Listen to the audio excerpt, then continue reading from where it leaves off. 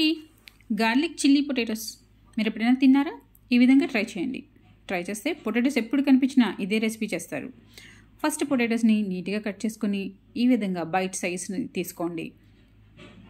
Next వీటిని వాటర్లో వేసి స్టార్చ్ అంతా క్లీన్ చేసేసి డ్రైన్ చేసుకొని పక్కన పెట్టుకోండి. ప్యాన్లో ఆయిల్ వేసి వీటిని బాగా ఫ్రై చేసుకోవాలి. మేక్ ష్యూర్ బాగా వేడెక్కాలి. ఈలోగా మనం ఒక గ్రీన్ చిల్లీ, గార్లిక్ క్లౌవ్స్, కొన్ని కొరియాండర్ తీసుకొని దీన్ని బాగా గ్రైండ్ చేసుకొని ఒక పేస్ట్ చేసుకొని పక్కన పెట్టుకుందాము. నెక్స్ట్ ఇవి అంతలోగా ఫ్రై అవుతున్నాయి. బాగా ఫ్రై అయిన ఇవి పక్కన పెట్టుకుని ఒక ప్యాన్లో ఆయిల్ వేసుకుని 1/2 స్పూన్ జీలకర్ర వేసి బాగా ఫ్రై చేసుకుని గ్రైండ్ చేసుకున్న పేస్ట్ తీసుకొచ్చి దీంట్లో వేసేయాలి. కొంచెం సాల్ట్ వేసి మూత పెట్టుకొని తర్వాత వేగినాక పొటాటోస్ తీసుకొచ్చి దీంట్లో వేసేస్తే అంతే, బాగా కలుపుకుంటే అయిపోయిందండి. ఈ రెసిపీ మీరు ట్రై చేసి ఎలా ఉందో కమెంట్ చేయండి. Please do subscribe my channel for more videos. Thank you.